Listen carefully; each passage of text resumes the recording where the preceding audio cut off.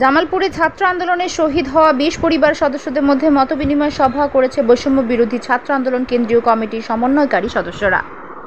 জামালপুর থেকে আবুল কাশেমের পাঠানো তথ্যচিত্রে স্বাধীন বাংলা নিউজ।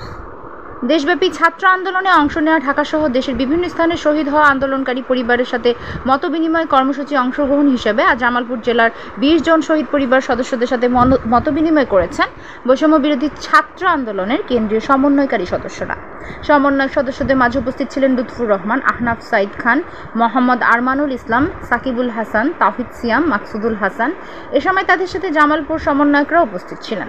আজ দুপুর ১১টা ৩০ মিনিটের দিকে জামালপুর পুলিশ সুপারের সম্মেলন কক্ষে এই মতবিনিময় সভা অনুষ্ঠিত হয়।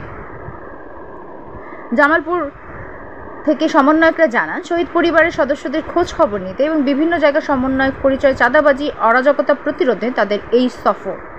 অপরদিকে আজ বিকাল ৩টার দিকে সরকারি আশেক মাহমুদ কলেজ মাঠে সমন্বয়কদের সাথে ছাত্র জনতার মতবিনিময় সভা অনুষ্ঠিত হবার কথা আছে।